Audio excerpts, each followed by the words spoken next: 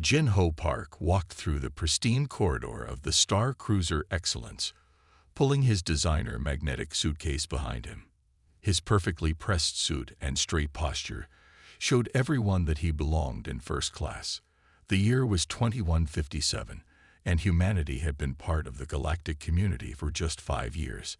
Jin-Ho was proud that his tech company had grown so much during this time. The flight attendant, dressed in the blue and gold uniform of Stellar Airways, checked his ticket and led him to his seat. Jin-Ho stopped suddenly, causing his suitcase to bump against his legs. There in the seat next to his sat what he considered to be a problem. The problem was 8 feet tall, had blue-tinted skin that sparkled under the cabin lights, and took up more space than any first-class seat was meant to handle. It was a Centaurian, one of the alien species that humans now shared the galaxy with. There must be some mistake, Jin-Ho said loudly to the flight attendant.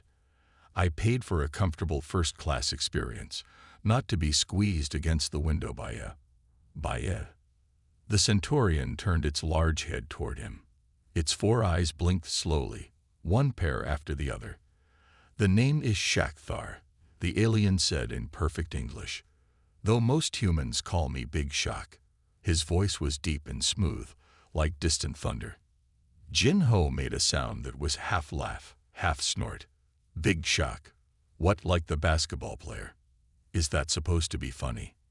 The flight attendant looked uncomfortable. Sir, all our first-class seats are designed to accommodate all Galactic Council species. I assure you. Accommodate. Jin-Ho interrupted. Look at this. It's taking up half of my space too. He pointed at how Big Shaq's arm slightly extended over the armrest. Other passengers were starting to stare. A young woman a few rows ahead turned around to watch. She wore a xenobiology research uniform, and her name tag read Dr. Hae-Yun Kim. She frowned at Jin-Ho's behavior. Big Shaq moved his arm carefully. My apologies if I have caused any discomfort, he said calmly.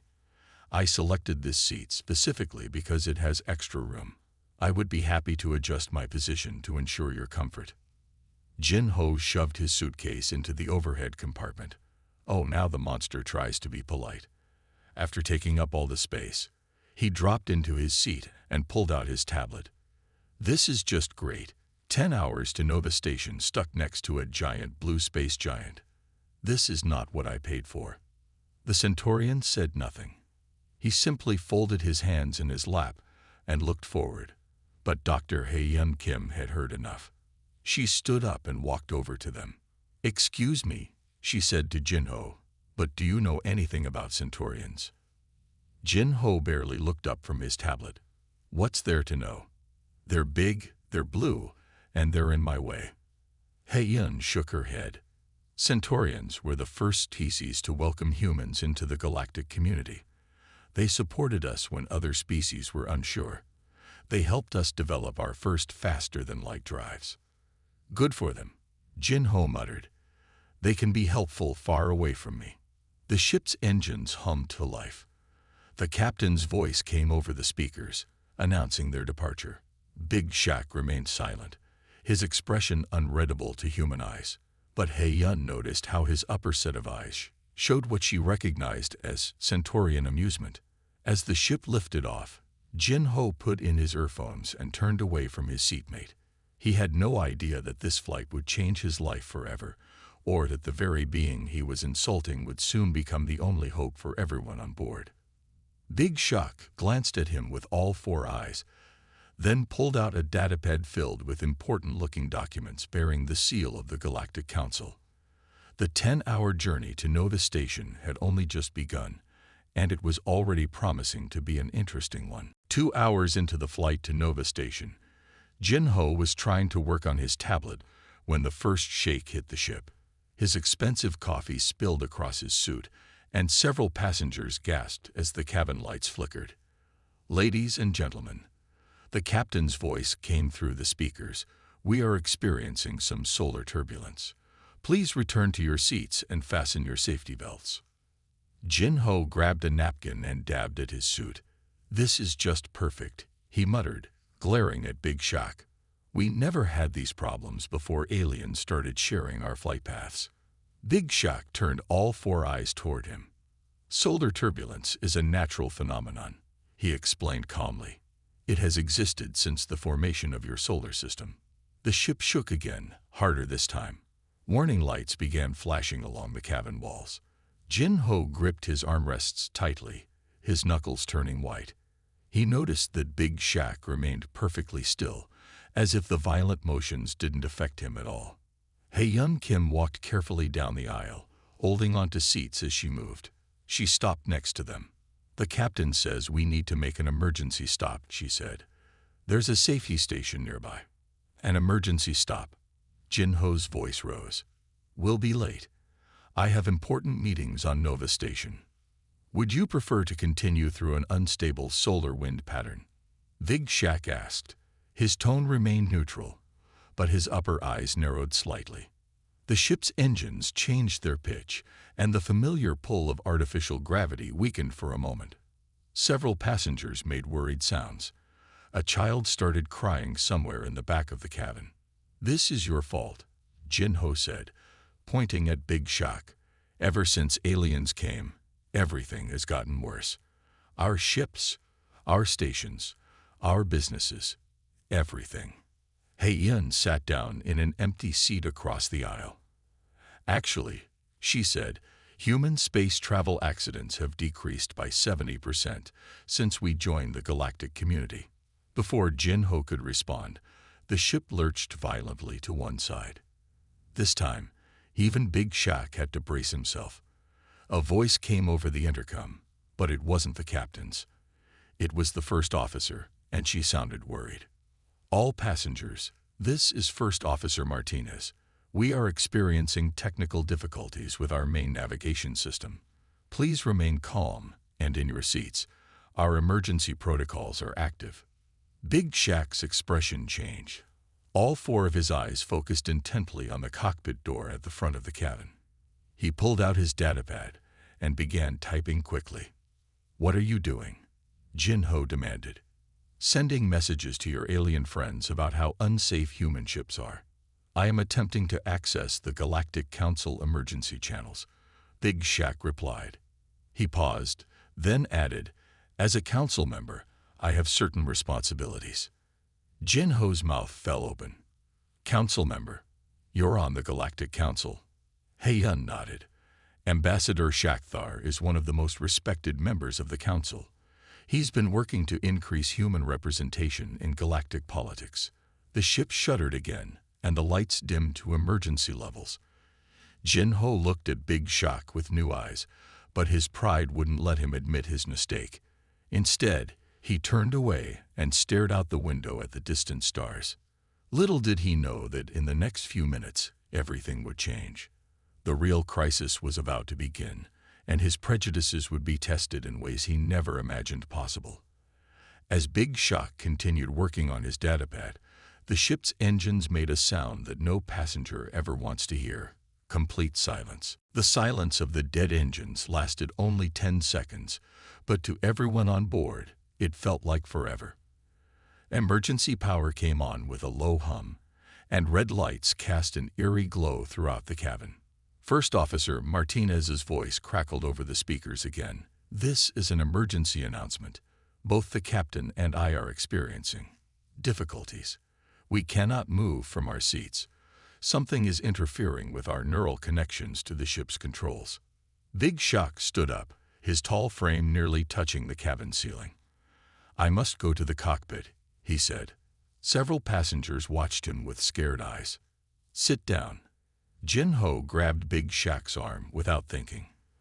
"You'll make everything worse." Hae-Yun moved quickly to stand between them. "Let him go," she said to Jin-Ho. "There's something you don't know about Ambassador Shakthar." The ship's computer spoke next, its artificial voice calm but urgent. "Warning. Main navigation systems failing. Backup systems failing. Emergency landing protocols cannot engage without manual override." Big Shaq gently removed Jin-Ho's hand from his arm. "Before I joined the Galactic Council," he said, looking down at Jin-Ho with all four eyes, "I was a pilot. Not just any pilot. I commanded the Centaurian Special Response Fleet for 20 years. Jin-Ho's mouth opened, but no words came out. He-Yun quickly explained to the other passengers who were listening. The Special Response Fleet handles the most dangerous space emergencies in the galaxy.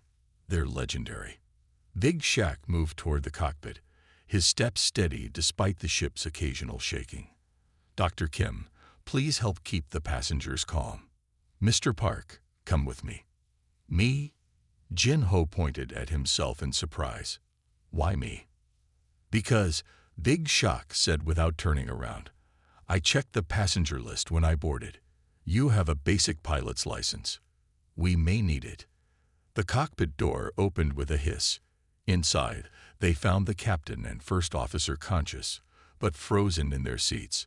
Their hands were locked onto the controls, but their eyes moved in panic. Big Shaq examined the ship's main console.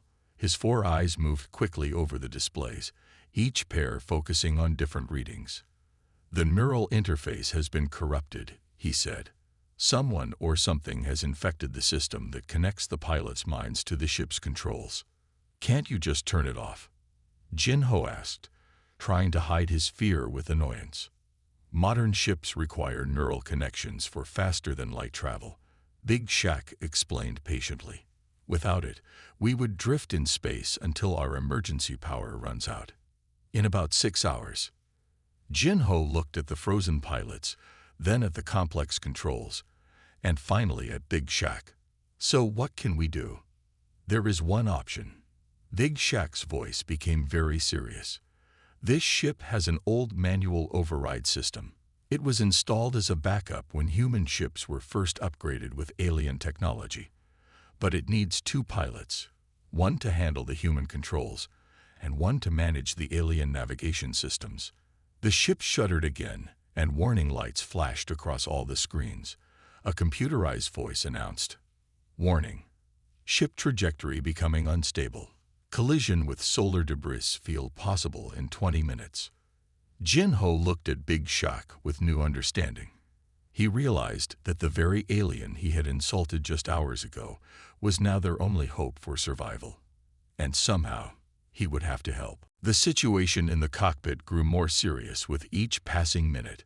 Big Shaq's 4 eyes moved between different screens as his long fingers worked quickly over the control panels. Jin-Ho stood behind him, watching silently for the first time since boarding the ship. The backup system requires specific physical attributes, Big Shaq explained, his deep voice steady despite the emergency. Centaurians have natural abilities that help us process complex spatial calculations. However, the human controls need human hands to operate them. A loud alarm started blaring through the ship. The computer's voice announced, Warning. 15 minutes until collision with solar debris field.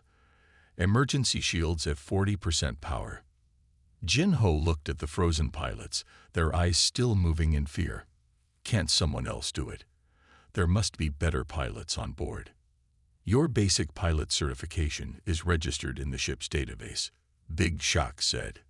In an emergency, the system will only accept certified pilots, no matter their skill level. You are the only other registered pilot on this flight. He-Yun appeared at the cockpit door. The passengers are getting scared, she reported. They can feel the ship drifting. Big Shaq turned all 4 eyes to Jin-Ho. Mr. Park, I understand you have doubts about working with me. But right now, 237 lives depend on us working together. Jin-Ho wiped sweat from his forehead. The reality of the situation was finally sinking in. I only have the most basic certification, he admitted. I barely passed the test. I only got it because my company sometimes uses small corporate ships. That is all we need, Big Shaq said. The system will recognize your certification. I can guide you through the rest. Another alarm joined the first one, creating a desperate symphony of warning sounds. The computer spoke again. Warning. Shield power decreasing. 13 minutes until impact. He-Yun stepped forward. Jin-Ho, she said firmly, remember what I told you about the Centaurians. They were the first to help humanity join the galactic community. Now it's time for humanity to return that trust. Jin-Ho looked at his hands, then at the complex controls waiting for him. The same controls he had bragged about being able to handle when he first got his pilot's license. He had never imagined he would need to use them in a real crisis. The manual override requires both pilots to connect simultaneously, Big Shaq explained. Once we start, we cannot stop until we are safe. We must work in perfect coordination. The ship shuddered violently, causing everyone to grab onto something for support. Through the cockpit windows, they could see distant flashes of light, the solar debris field they were drifting toward. 10 minutes until impact, the computer announced emotionlessly. Jin-Ho took a deep breath. He looked at Big Shaq, seeing him not as the alien he had insulted earlier, but as possibly the most qualified person to save them all. What do you need me to do? Big Shaq's upper eyes showed what He-Yun recognized as relief, while his lower eyes remained focused on the controls. Sit in the first officer's secondary chair, he instructed. When I give the signal, place your hands on the manual controls. The override system will recognize your pilot's certification, and together we can take control of the ship. As Jin-Ho moved toward the chair, he realized that his entire view of aliens, and particularly of Big Shaq, had begun to change. But there was no time to dwell on this transformation. They had less than 10 minutes to save everyone on board. Jin-Ho sat in the first officer's secondary chair, his hands hovering over the manual controls. They felt cold and unfamiliar, nothing like the simple controls of the corporate shuttles he occasionally flew. The ship's computer continued its countdown, each announcement making his heart beat faster. 8 minutes until impact with solar debris field. Big Shaq sat in the massive emergency pilot's chair beside him. The Centaurian's 4 eyes were focused on different screens, processing multiple information streams at once. The manual override sequence must be perfect, he explained. We will have only one attempt. He-Yun stood behind them, ready to help. Remember your training, Jin-Ho, she said. Basic pilot certification covers emergency procedures. Jin-Ho nodded, trying to recall this training. Right, emergency procedures. That was in Chapter 12 of the manual. His voice shook slightly. Place your hands on the control spheres, Big Shaq instructed. His deep voice remained calm and steady. When they glow green, rotate them exactly 1/4 turn to the right. Not more, not less. The controls felt strange under Jin-Ho's sweaty palms. He had never noticed before how human-specific they were, designed for 5 fingers and human grip strength. He looked at Big Shaq's larger hands working the alien controls, and finally understood why both species were needed. 6 minutes until impact. Now, Mr. Park, Big Shaq said, 1/4 turn on my mark.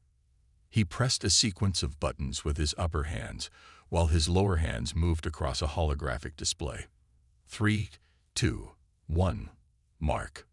Jin-Ho turned the spheres. They resisted at first, then clicked into position.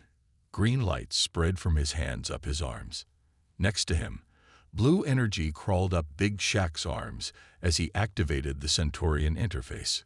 The ship's systems responded immediately. Displays flickered to life, showing new information. But something was wrong. The controls started vibrating violently. Error detected, the computer announced. Manual override unstable. Synchronization required. What's happening? Jin-Ho asked, trying to keep his hands steady on the shaking controls. Our inputs must be perfectly synchronized, Big Shaq explained.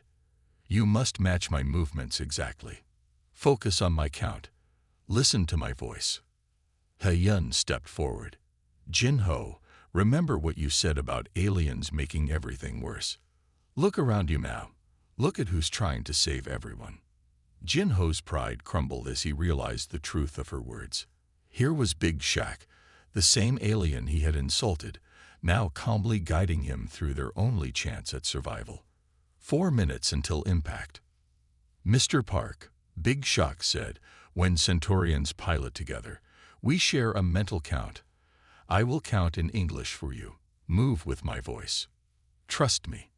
For the first time since boarding the ship, Jin-Ho let go of his prejudice completely. He had to trust Big Shaq. There was no other choice. Ready, Jin-Ho said, his voice stronger now. I'll follow your lead. Big Shaq began counting in his deep rhythmic voice. Jin-Ho matched his movements to the count, and slowly the vibration in the controls decreased. The green and blue energies flowing up their arms began to pulse in sync. Manual override stabilizing, the computer announced. Synchronization at 60%. They weren't safe yet, but they had a chance. As Jin-Ho followed Big Shaq's count, he realized that working together wasn't just possible. It was their only path to survival. The ship's emergency lights pulsed in rhythm with the synchronized energy flowing through Jin-Ho and Big Shaq's controls. Their combined efforts had given them control of the ship. But they weren't safe yet. The solar debris field loomed ahead, visible through the cockpit windows as a threatening cloud of rocks and charged particles. 3 minutes until impact, the computer announced. Manual override synchronized at 80%. We require 90% synchronization to activate the emergency shields, Big Shaq said, his 4 eyes fixed on different displays. Mr. Park, follow my count more closely. Feel the rhythm. Jin-Ho concentrated harder than he ever had before. His hands moved in perfect time, with Big Shaq's steady counting. The green energy coursing up his arms matched the blue glow surrounding the Centaurian's limbs. Hae-Yun watched the navigation displays. The debris field is getting closer, she reported. The larger pieces could tear through our hull. Synchronization at 85%. The computer updated. 2 minutes until impact. Sweat rolled down Jin-Ho's face as he struggled to maintain the precise movements. I can't hold this much longer, he said through gritted teeth. You can, Big Shaq responded firmly. You are doing well. Focus on my voice. In Centaurian pilot training, we learned that 2 minds working together are stronger than 1 mind working alone. The ship shuddered as the first small pieces of debris struck the weakened shields. Warning alarms blared throughout the cabin. They could hear passengers praying and crying in the main cabin. Synchronization at 88%, the computer announced. 1 minute until impact with main debris field. Jin-Ho's arms ached, but he refused to give up. He thought about how he had treated Big Shaq earlier. And now here they were, literally linked through the ship's systems, working together to save everyone. 90% synchronization achieved, the computer suddenly announced. Emergency shields activated. Big Shaq's voice became more urgent. Now comes the difficult part. We must navigate through the debris field. Every turn must be perfect. Every movement must be precise. The view through the cockpit window filled with deadly debris. Rocks the size of cars tumbled past them. Energy discharges from solar particles created lightning-like flashes all around them. Left, Big Shaq commanded. Jin-Ho moved with him, their controls turning in perfect harmony. The ship responded smoothly, sliding between 2 massive chunks of space rock. Down came the next command, and again they moved as one. The ship dove beneath a cluster of debris, the shields flickering as smaller pieces bounced off them. Through it all, they maintained their synchronization. Big Shaq called out directions, and Jin-Ho followed, their movements becoming more natural with each passing second. The green and blue energies flowing through their arms had merged into a steady turquoise glow.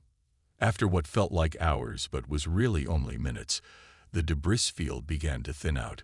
The computer's voice brought the news they had been waiting for. Clear space detected ahead. Debris field navigation successful. Jin-Ho let out a breath he didn't know he had been holding. The controls stopped glowing, and he finally allowed his tired arms to drop. He looked at Big Shaq with new eyes, seeing not an alien taking up too much space, but a skilled pilot who had just guided them all to safety. An hour after their escape from the debris field, The ship was safely docked at the nearest space station for repairs. The regular pilots had been taken to the medical bay, where doctors were working to reverse the effects of the system malfunction. In the station's observation lounge, Jin-Ho sat across from Big Shaq, a cup of coffee. 1 month after the flight incident, Jin-Ho stood before a packed auditorium at the Galactic Council headquarters on Nova Station. Reporters from both human and alien news networks filled the room. Big Shaq sat in the front row, his tall frame easily visible among the diverse crowd of species. "My name is Jin-Ho Park," he began, his voice clear and steady. "1 month ago, I was a man who looked at aliens with distrust and fear. I complained about sharing a first-class seat with a Centaurian." He paused as murmurs filled the room. "That same Centaurian later saved my life, and the lives of everyone else on our ship." The room grew quiet as Jin-Ho continued his speech. He told the story of their emergency, of how a human and a Centaurian had to work together to save the ship. As he spoke, news screens showed recordings from the ship's cameras, the green and blue energies merging as the two pilots worked in perfect harmony. "This experience taught me something important," Jin-Ho said. "The problems we face in space don't care what species you are. Solar debris doesn't avoid human ships. Technology failures don't spare alien vessels. We survive by working together." In the audience, Hae-Hun smiled. She had helped prepare this presentation, providing scientific context for how human and Centaurian neural patterns had synchronized during the emergency. Her research on the event was already changing how scientists thought about cross-species cooperation. Today, Jin-Ho announced, "I am proud to partner with Ambassador Shaq to launch the first human-Centaurian joint space transportation company. Our ships will be designed from the start for all species to work together. No more retrofitting. No more awkward adaptations. True cooperation from the ground up." The announcement caused excitement in the room. Reporters began sending messages on their devices. Market analysts predicted the new company's value. But Jin-Ho wasn't finished. "But this isn't just about business," he continued. "Ambassador Shaq has been fighting for increased human representation on the Galactic Council. Some have opposed this, saying humans are too focused on our own species to be trusted with more influence." Big Shaq stood up, his impressive height drawing all eyes. Jin-Ho gestured to him respectfully. "I was the perfect example of what those critics feared," Jin-Ho admitted. "But Ambassador Shaq showed me that change is possible. He never gave up on humanity, even when humans like me gave him every reason to do so." The council members present in the room shifted in their seats. This was more than a business announcement. This was evidence supporting Big Shaq's proposal for human representation. "The company we're launching today will do more than transport people," Jin-Ho concluded. "It will bring species together, train them to work as one, and show the galaxy that humanity is ready for a bigger role in our shared future." The applause was thunderous. As Jin-Ho left the stage, Big Shaq met him halfway. They shook hands in front of the cameras, human and Centaurian, former adversaries now partners. Hae-Hun joined them, holding the official company documents. "You've come a long way from complaining about my size in first class," Big Shaq said, his upper eyes showing amusement. Jin-Ho smiled. "Next time we fly together, I'll make sure your seat has extra room." "There won't be a next time," Big Shaq replied. "From now on, we'll be in the cockpit together." The reporters captured the moment, a snapshot of the future, where differences became strengths and old prejudices gave way to new possibilities.